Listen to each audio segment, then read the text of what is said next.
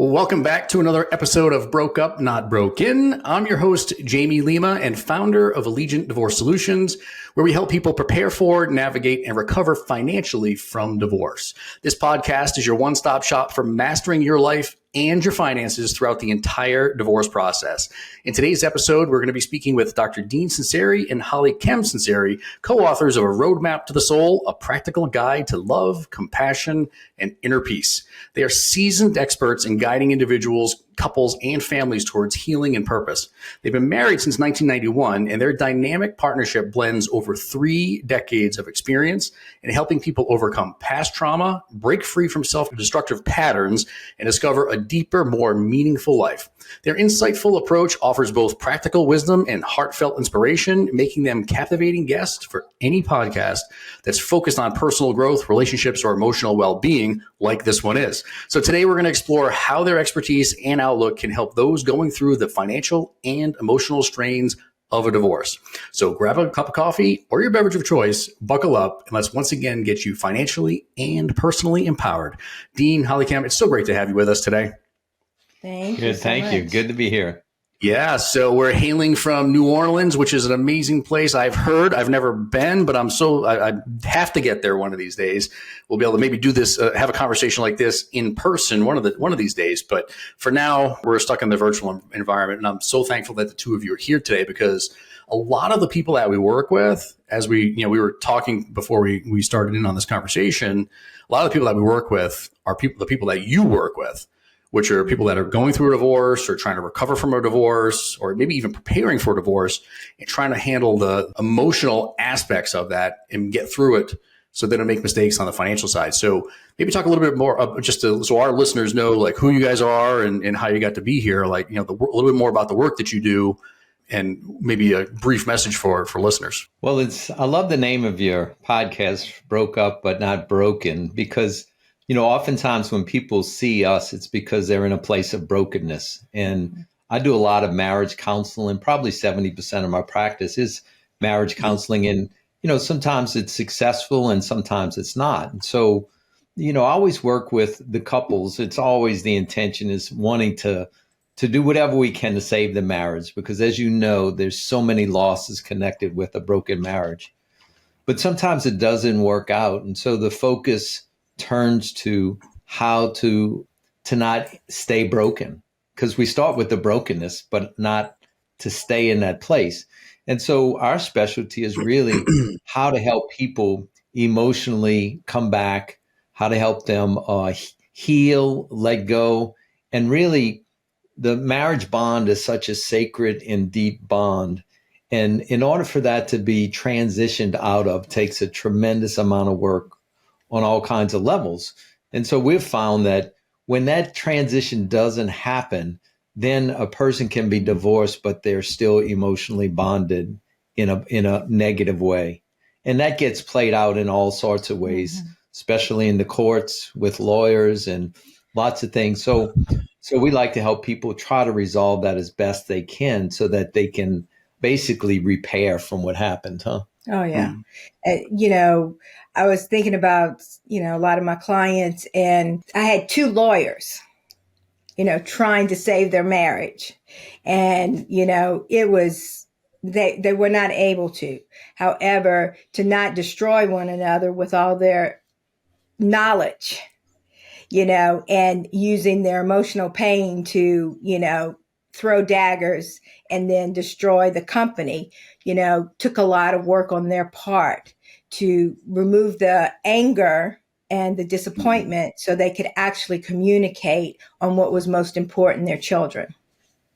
So this is fascinating, because a lot of the people that we work with hire attorneys to take them through this exercise.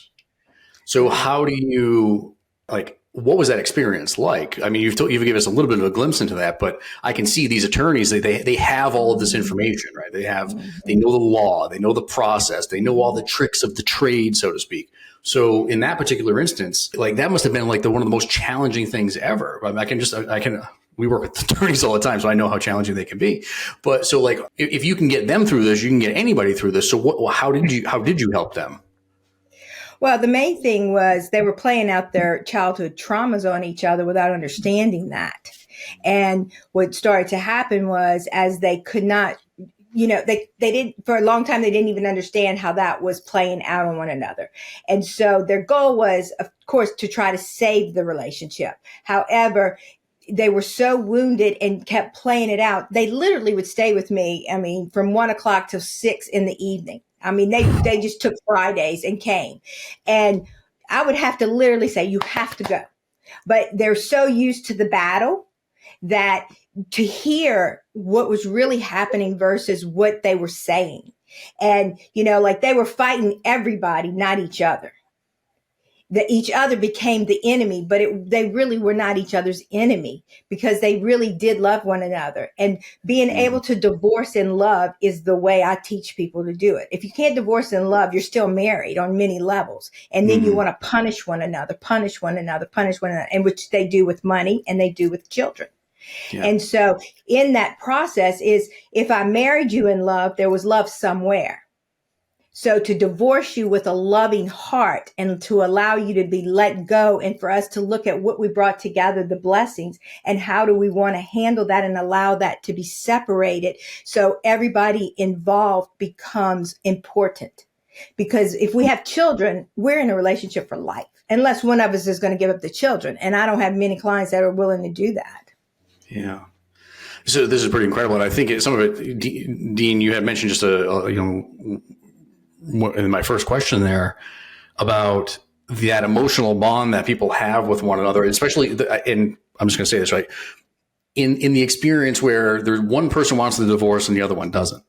There's, I would venture to guess there's that emotional attachment where it's like, I don't want to give this up. I want to remain attached to them. So do you feel like that particular emotional feeling, I'm not a professional like you are in this space, so I don't really even know what to call it, but that behavior is what creates people to drag out the divorce process, where it's like, if I can't hurt you if I can't keep you, and I can't get you to not move on with your life, I can hurt you with your wallet.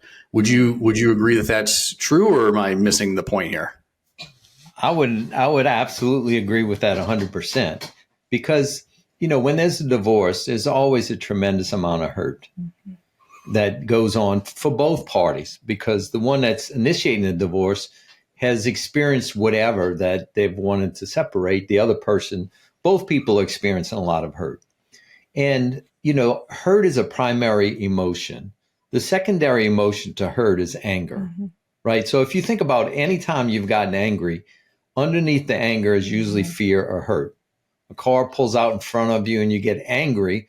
Well, it's because you're afraid that you could have got hurt or the child could get hurt. Someone says a negative comment to you and you get angry. Well, under the anger is the hurt of what that person said to me.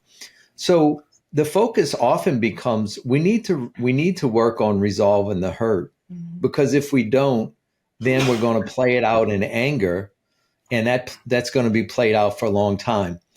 Some people say time heals all wounds. Well, there's some truth to that, but it's not necessarily the case. I know that my parents, when they got married, there's a story of my dad's grandfather and grandmother had split up and hadn't seen each other for, I think, 15 years. And the first time that they were going to see each other was at my dad's wedding. And they had like 7, 8 children. And so everybody was nervous about, the Grandpa Morales and Granny coming together.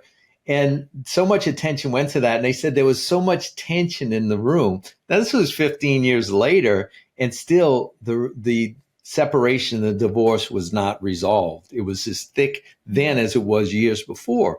And so what happened was they never were able to do the letting go process. So it was just as fresh as it was back then. So when a person comes in and they've been hurt, we need to validate the hurt. We need to also help them walk through a process of resolving, and as HollyKem said, beginning to let go. If the relationship can't be solved, then it needs to be grieved. I'll say that again. If the relationship can't be resolved, then it needs to be grieved, just like a death. And if that doesn't happen, then we hang on And then that's when we start to play it out in so many different levels. And that's where, the financial things get dragged out, the community settlements get dragged out, the disputes about the children get dragged out. And oftentimes it's only partially about the finances and partially about the kids, but it's mostly about, I'm still hurting about what you've done to me, and I'm acting this hurt out with the anger through the attorney, through the courts, through the way I'm cooperating or not cooperating with you. And I say, well, that's only hurting yourself. And so what do we need to do to grieve this relationship? What do we need to do to help you begin to let go?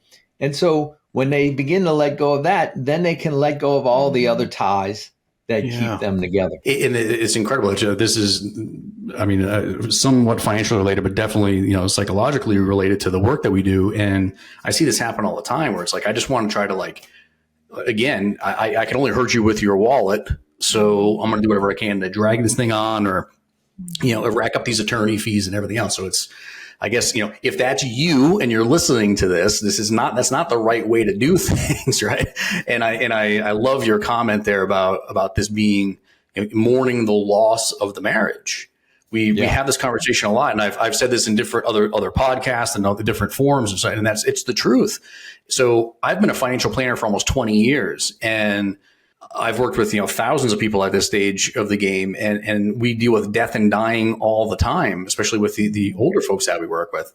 And I tell them all the time, like, if you're going through a divorce or you're going through, there's a death in the family, whatever, you're not making any financial decisions, any huge, big, financial decisions for at least another year. I'm going to hold you to that. We're not buying a house. We're not buying a car. We're not going to make all these commitments because you have to get yourself through that process. Well, I'm sure you find the same thing, and you can correct me if I'm wrong. The same issues can happen when there's a death in the family, and you start talking about the financial settlements after a death, right? Mm-hmm. And if the children do not properly grieve the death, they often start disputing about the financial settlements, and it's almost like it keeps the person alive by keeping the disputes alive. Mm-hmm. Oh, that's pretty powerful. It's pretty powerful. Mm-hmm. Thank you for sharing that.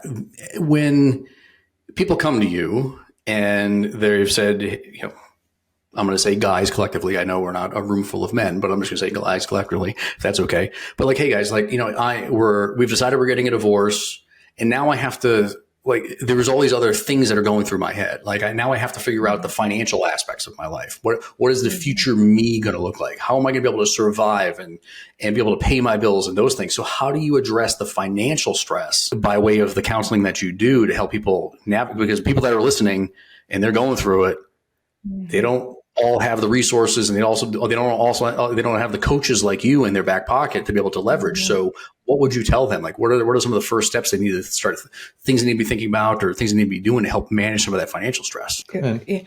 Well, the first thing is, when you live without the divorce and you're in the marriage, if you didn't have good financial communication, then getting the divorce is going to be triple. Okay. So you got to get real about that. If we didn't do well in that arena, getting a divorce makes it so much more stressful because now we have two homes, we have two of everything. And, it's like looking at that, and my financial goals, right, have to be set aside. Because now it's about survival first and then figuring out how to make that plan. So you kind of have to erase some things in the moment. Kind of like what you were saying. We're not going to buy a house. We're not going to buy a car. We're going to stop. We're just going to stop the process in the moment. So it's kind of like that. It's like we had these goals as a married couple. And now we're not a married couple, and we didn't handle that thing very well. Or maybe we have a whole lot of money, but when we get wounded, we turn into a toddler a lot of times. And a toddler's vocabulary is mine. That's mine. That's mine. That's mine. Everything is mine. So when you go through a divorce, you're going to hear, especially in your line of work, you're going to hear, that's mine, that's mine, that's mine. Everything's mine. So you're dealing with toddlers, okay? And toddlers don't like when you tell them no. They scream and holler and throw a fit. So in that, it's like getting them, for us, is getting them to grow back up, that there's a part of them that everything is mine. And then as an adult, what really is y'all's? And how can we best take care of all of us? And that's going to look real different than the vision you had prior to making a decision to get a divorce, because you're divorcing on all levels, except for the financial responsibilities that you have, and then the communication you have from there about the children and how you're going to divide that up. Well, also tell people that there are so many losses that go with the divorce. Yes. Let's fight to try to make it work. If it can't, we'll deal with that. But as you know, there's so many losses. One of the top ones is financial. Yeah. But there's also friendship losses. There's in-law losses. There's children losses. There's all kinds of losses that begin to occur. And when these losses accumulate, then it really gets to be trouble. Yeah. A lot of trouble. I hesitate to bring this word up in our conversation because I think you guys are going to have a field day with it. but it's coming. I'm gonna. Here it comes, guy. Here it comes. I'm gonna lay this. I'm gonna throw this word out there, and then you're probably gonna shudder when I say it. But everybody we talk to thinks that they're dealing with a narcissist because that other person is acting like a toddler. What are your thoughts on that word, the use of it, the actual diagnosis of being a narcissist, and what I'm saying here? Because I feel like everybody that we talk to is like, oh, my husband's a narcissist, my wife is a narcissist, or whatever it is. And the reality is that there's other personality disorders that are at play, which is not downplaying their behavior, but they're trying to self-diagnose because they've been watching all this stuff on TikTok. Yeah, I would say I look at it a little more simplistic than narcissist.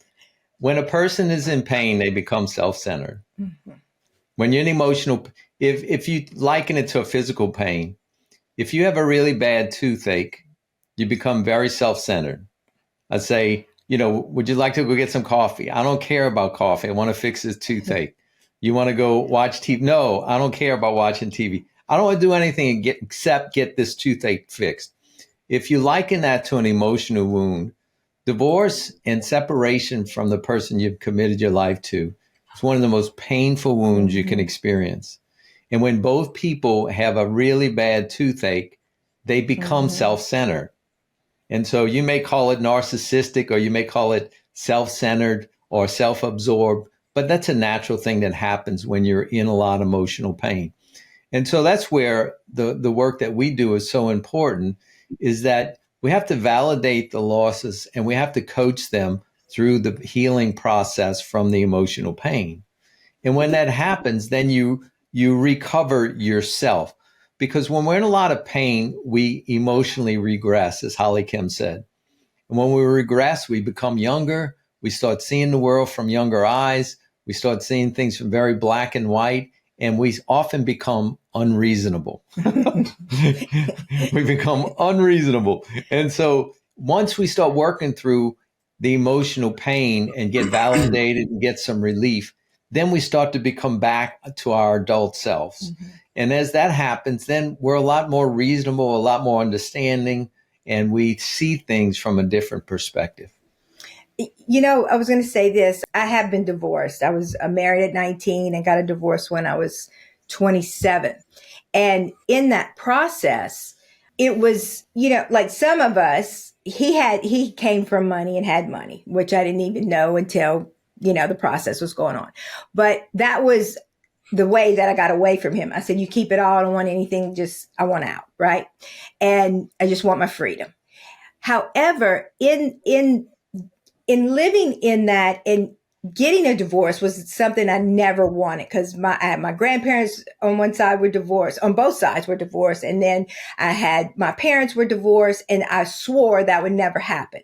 So hanging in there into this nightmare was, not to be like them. Right.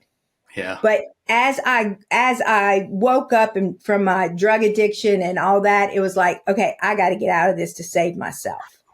And it's like through that process of waking up and becoming an adult and realizing what is the most important thing.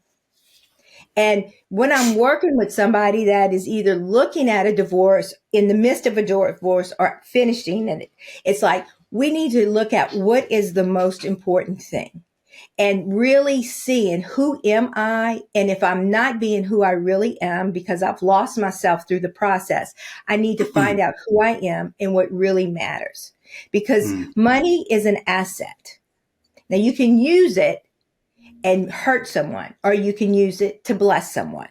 But the first thing is it's an asset. So I need to understand that there's lots of money. You can always make money. You can always do that. But if I'm going to just fight over that, all I've done is taken all the fights that were never resolved, and now we're going to make it about that. And obviously those fights didn't work because we didn't know how to fight.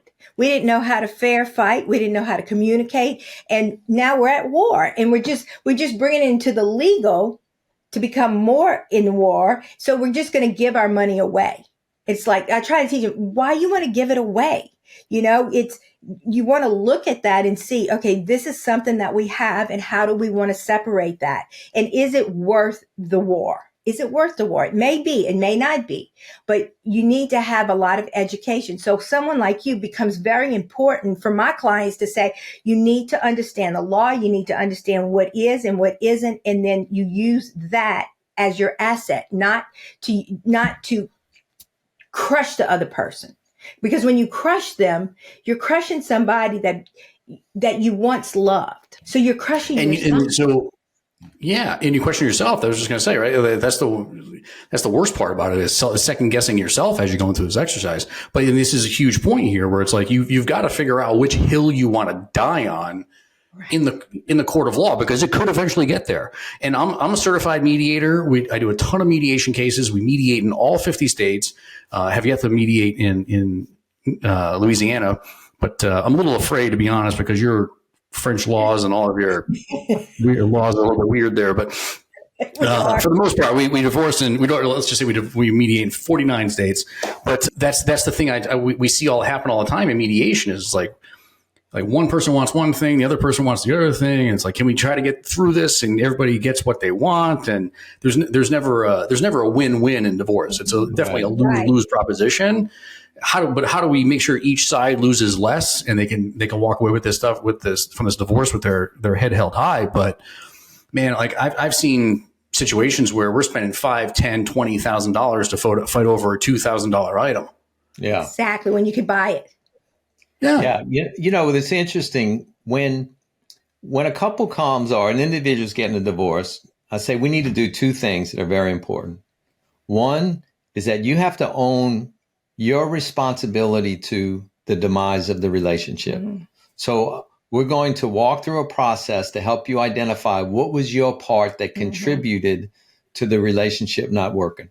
The second part is that you need to recognize the truth of how devastated you are and the hurt that you have. And we're going to lay that down on the altar and ask it to be removed.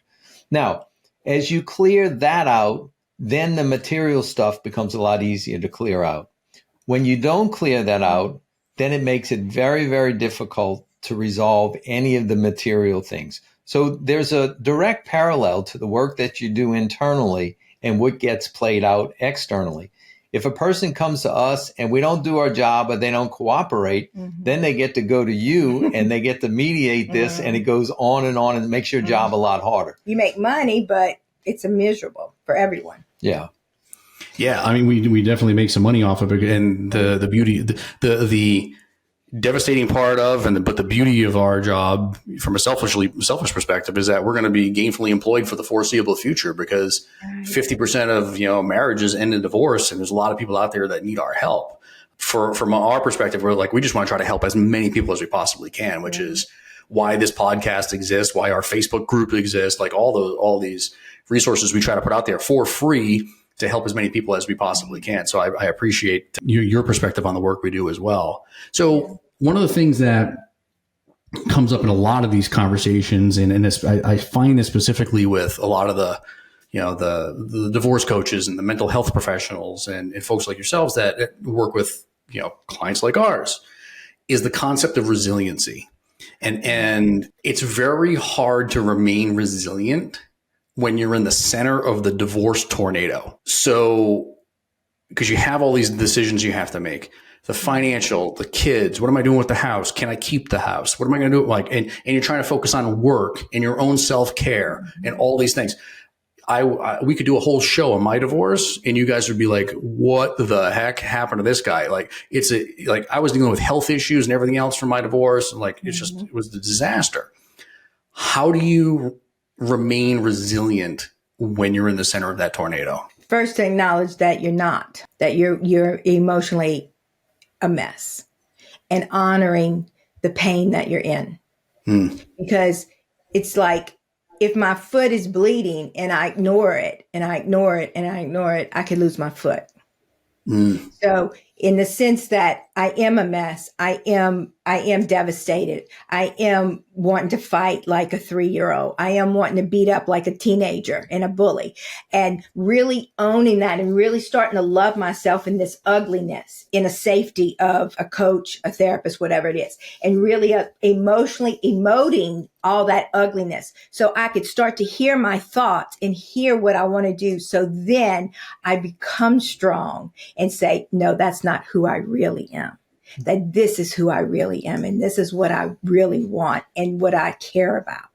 So but when you ignore that and I pretend it's not there, then all of a sudden I become that. Right. And then I become, it becomes very ugly and very painful and very stressful. It's a real simple adage that we use, is that if it's not talked out, it's going to be acted out. And that goes for a divorce, that goes for any loss that we have. If we don't talk it out, we're going to act it out in some manner. And I mean, I remember a 10-year-old boy that I had, that his parents brought him to me.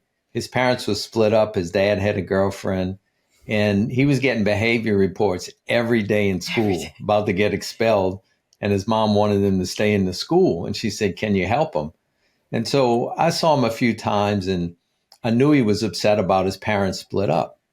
And so I knew he wasn't going to be mad at his mom or his dad, but his dad had a girlfriend. So I said, what did you think of your dad's girlfriend?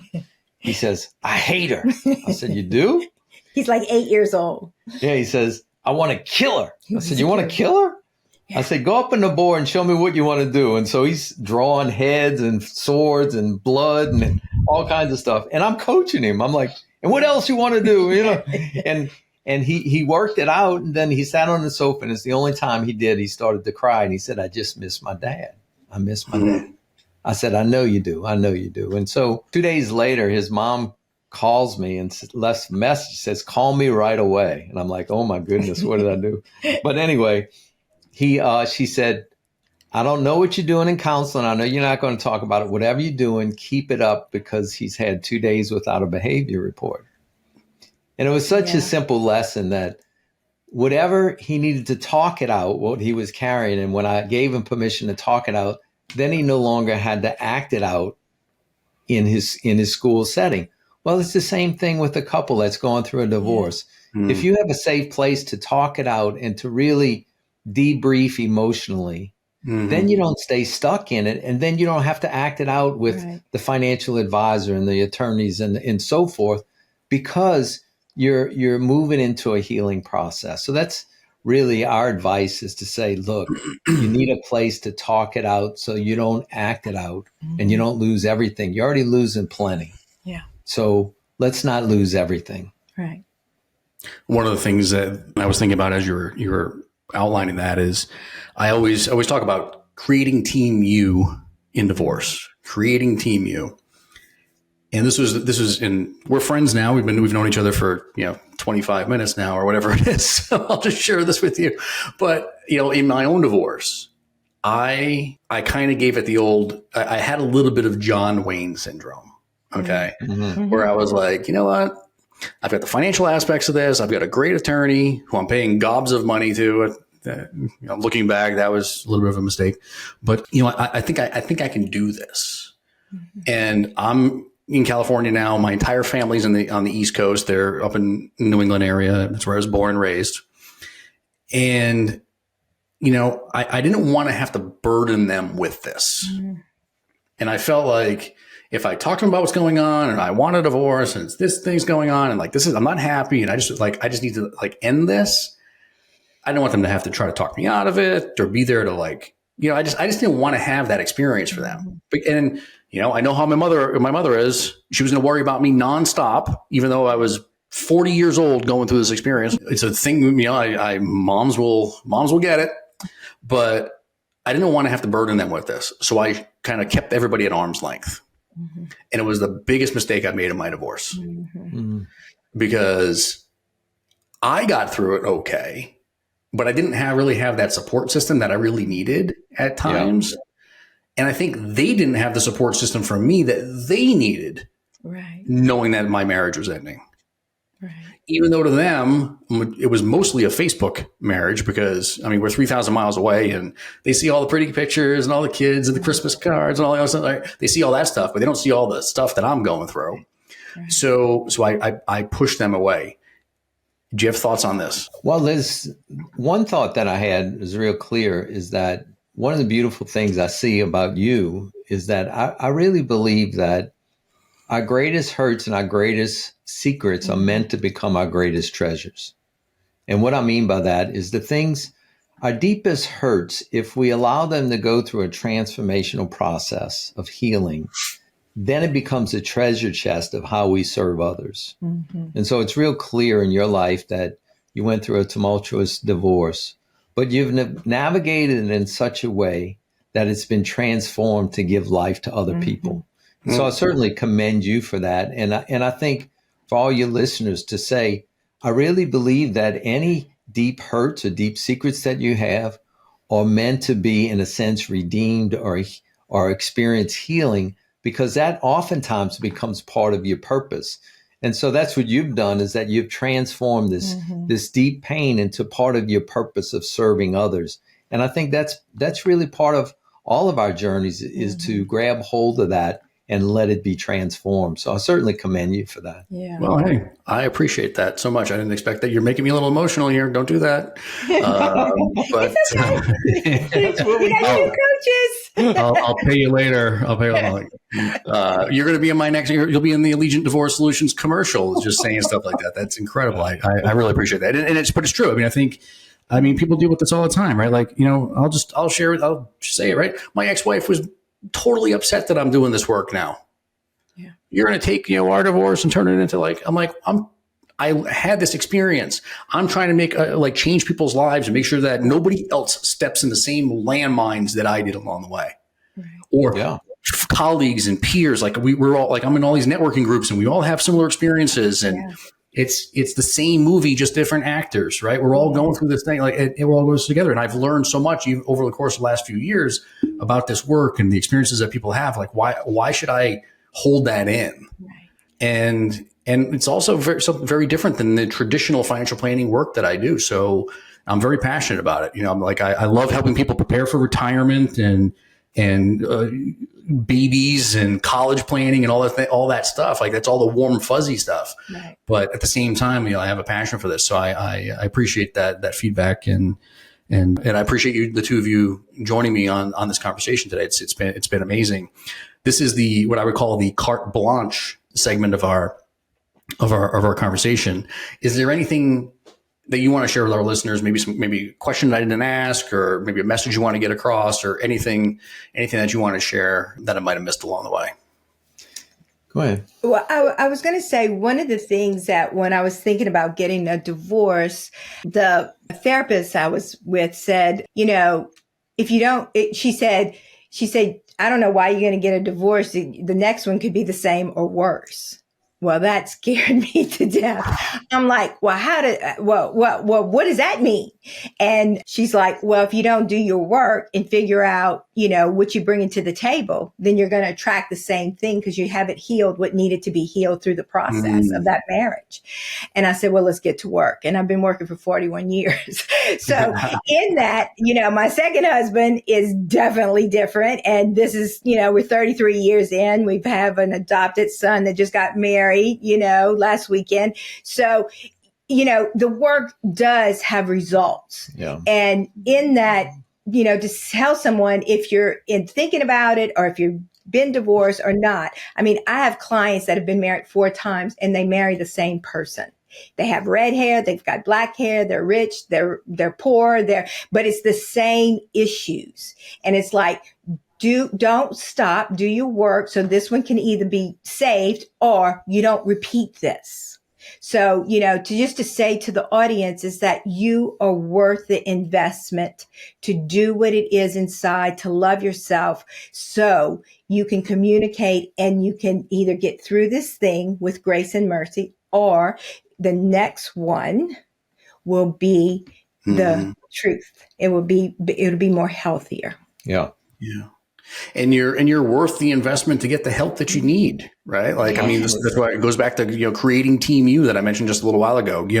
If you have to go the route of getting an attorney because you're just not going to be able to do this on your own and you need that legal support, you may have to spend some money on it.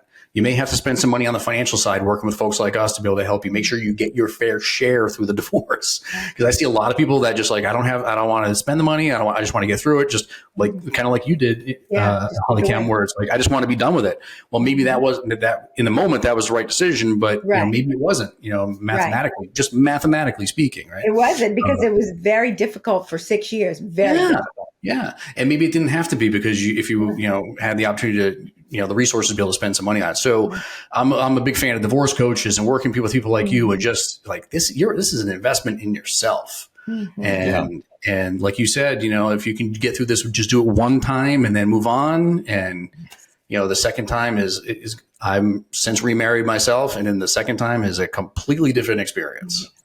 Completely different experience. Yeah. I appreciate that. So thank you so much for sharing all that you did today. It's amazing, the work that you guys are doing, and it's been a great conversation. I'm super appreciative of it. So thanks for sharing, all of your insights and helping us navigate the complex interplay of emotional and the financial issues that we see in divorce.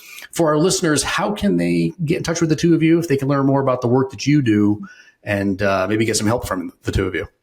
Yeah, well, the best way is to go to our website. It's ihaveavoice.com. And on there, we have our book. Our book is A Roadmap to the Soul, which is really is a process, a tangible process of bringing you through the emotional recovery from a major hurt like divorce. And we also have, if you're really interested in getting intensive, we have a 40-day intensive coaching program. 4 months. Yes. I said 4 days. Yeah, 4-month coaching program called Transform You. And we do 2 coaching calls a week, and it's got a whole curriculum. So that's also on our website, ihaveavoice.com. You can find information about Transform You. But also we have free videos on our YouTube channel. About 300. Yeah, about 300 on a variety of topics. So you could avail yourself to all those videos. Yes. Yeah. Awesome. Yeah, we'll make sure we have all the links in our show notes for everybody to get access to. So if you're driving and you're not in a spot where you can jot this information down, don't worry. We'll make sure you have a link. No problem. It'll be in the show notes as soon as we air. But if you're for us at Allegiant Divorce Solutions, if you're dealing with the complexities of divorce and might need some guidance there, you can visit our website at allegiantds.com for additional resources and, of course, to book a call with us to get some expert advice pertaining to the financial aspects of the divorce. Don't forget to subscribe to our podcast for more enriching discussions. And until next time, stay empowered and informed as you navigate life's challenges. We'll see you again soon.